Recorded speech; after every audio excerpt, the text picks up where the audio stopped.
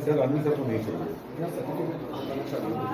हमारे जमशेदपुर चैप्टर ने ऑर्गेनाइज किया है सेमिनार है, जिसमें दो स्पीकर हमारे बाहर से आए हुए हैं। एक अनिल दुबे जी आए हैं कोलकाता से, और देवेश गोयल फ्रॉम न्यू दिल्ली से आए हैं। हम लोग को अभी तक देवेश जी ने कुछ इनपुट्स दिए हैं CSR 2 के ऊपर और LLP अमेंडमेंट्स एक्ट के ऊपर।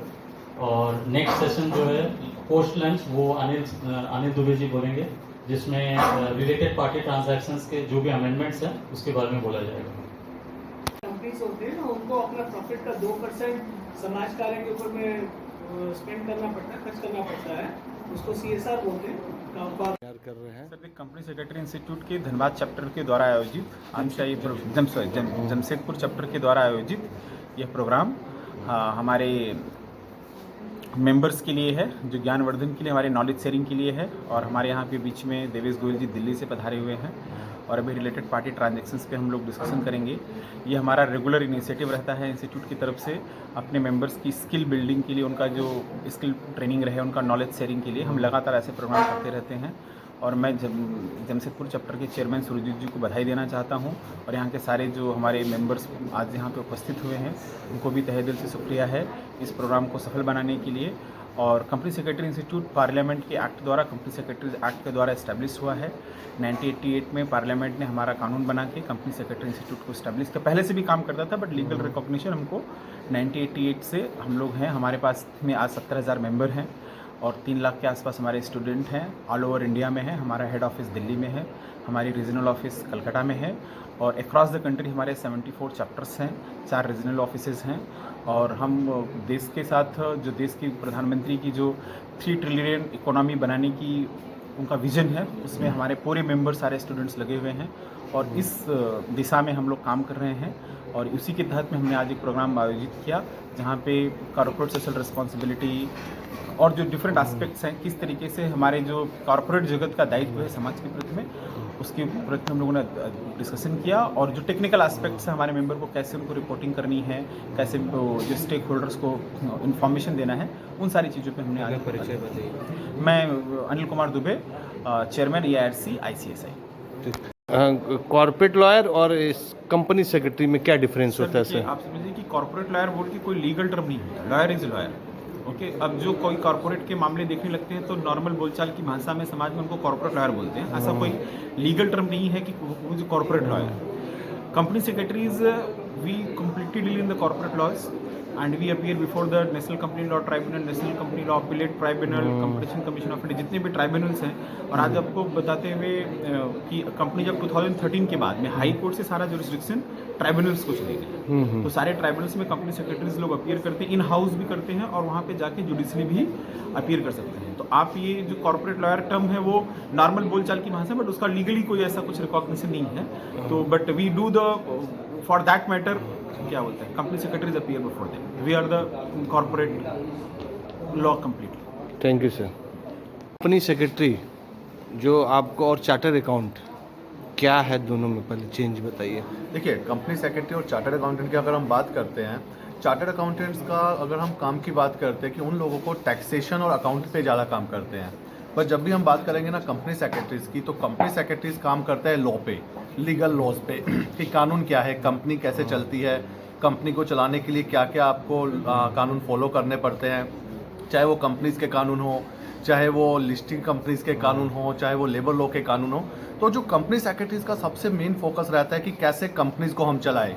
पीछे हमारे एक सेमिनार में मोदी जी भी आए थे, हमारे प्राइम मिनिस्टर, उन्होंने भी हमें बताया था कि कंपनी सेक्रेटरीज कैसे कंट्री के लिए गवर्नेंस बनाते हैं, कैसे लॉ को फॉलो करवाते हैं। तो हमारा जो मेन फोकस होता है कि एक कंट्री में जितनी कंपनीज है हमारी, वो प्रॉपर लॉ को फॉलो करे, प्रॉपर कानून को फॉलो करे।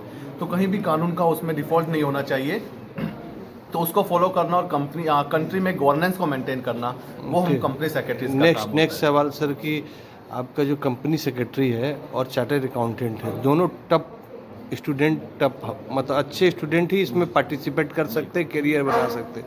लेकिन अभी का समय जो यूथ ग्रोथ कर रहे हैं, जितना पास आउट सब बच्चे आए, वो सर कैसे करके इसको अपने करियर में बना सकते हैं, इसके बारे में थोड़ा जानकारी दीजिए। देखिए, हम कैरियर की बात करते हैं, career as a company secretary कि एज अ कंपनी सेक्रेटरी हम कैरियर कैसे बना सकते हैं। देखो, अगर मैं यूथ की बात करता हूं तो हम लोग रेगुलर बेस पे बहुत सारे सेशंस करवाते हैं थ्रू आउट द कंट्री। हम स्कूल्स में, कॉलेजेस में भी सेशन करवाते हैं ताकि बच्चों को हम नॉलेज दे पाए कि वो कैसे इस प्रोफेशन में आ सकते हैं, कैसे इस प्रोफेशन में बढ़ते रहते हैं। तो हमारे जो ICSI एक्ट है उसकी भी कुछ गाइडलाइंस है, उसके अकॉर्डिंग हम रेगुलर बेस पे सेशन कराते हैं, डिफरेंट कॉलेजेस में जाते हैं, डिफरेंट स्कूल्स में जाते हैं, बच्चों के सेशंस करवाते हैं ताकि हम उनको प्रॉपर गाइड कर पाएँ कि कैसे आप इस प्रोफेशन में आएंगे और कैसे आप इस प्रोफेशन में स्टडी करना है, कैसे आपको ग्रो करना है। तो हम लोग हर लेवल पे उनकी हेल्प करते हैं, चाहे वो स्टडी लेवल पे हो या बाद में जब भी वो अगर CS में एंटर कर जाते हैं तो हर लेवल पे जितने भी लेवल्स हैं हम उनकी हेल्प करते हैं। सर इसका क्या एंट्री एज होता है, क्या एजुकेशन होता है इसमें अगर देखो, बच्चे? इसमें एंट्री एज का एज सच नहीं है, बट ये है कि आपका 12th क्लियर होना चाहिए तब आप एंट्री इसमें ले सकते हो। तो अगर आपकी 12th स्टैंडर्ड क्लियर है तो आप इसके जो प्री एंट्रेंस टेस्ट है उसमें एंट्री ले सकते हो। एंट्रेंस टेस्ट में पास होने के बाद जो नेक्स्ट लेवल्स आते हैं, जैसे हमारे यहाँ पे एग्जीक्यूटिव लेवल होता है, प्रोफेशनल लेवल होता है, देन आप उन लेवल्स के लिए आगे फिर उसके ग्रोथ कैसे होगा बच्चे के? जैसे क्या कैंपस होता है कि क्या उसको अब बच्चे का ग्रोथ कैसे होगा, कैसे जॉब लगेगा? देखो, जैसे मैंने अभी बताया कि हम लोगों का सबसे मेन काम है पूरी कंट्री में लॉ को इस्टेब्लिशमेंट करना, कानून को इस्टेब्लिशमेंट करना। तो हम लोग, जैसे अभी अनिल जी ने भी बताया था कि टोटल 74 चैप्टर है, 4 रीजन्स है। तो रेगुलर बेस पे इन 74 चैप्टर्स, 4 रीजन्स में कैंपस प्लेसमेंट भी होते हैं। हमारा रिजल्ट साल में 2 बार आता है, 25 फरवरी को और 25 अगस्त को। तो इन रिजल्ट्स के बाद कैंपस प्लेसमेंट होते हैं सभी चैप्टर्स में, सभी रीजन्स में हम लोग कैंपस प्लेसमेंट बच्चों का करवाते हैं।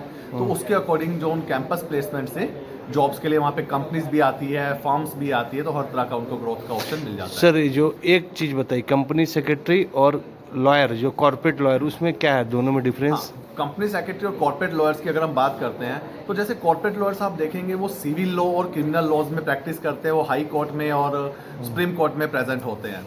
बट अगर हम कंपनी सेक्रेटरीज की बात करें, कंपनी सेक्रेटरीज हाई कोर्ट में, सुप्रीम कोर्ट में प्रेजेंट नहीं होते हैं। ये कॉर्पोरेट से रिलेटेड जितने भी केसेस होते हैं उनको हैंडल करते हैं, और ये NCLT है, नेशनल कंपनी लॉ ट्रिब्यूनल।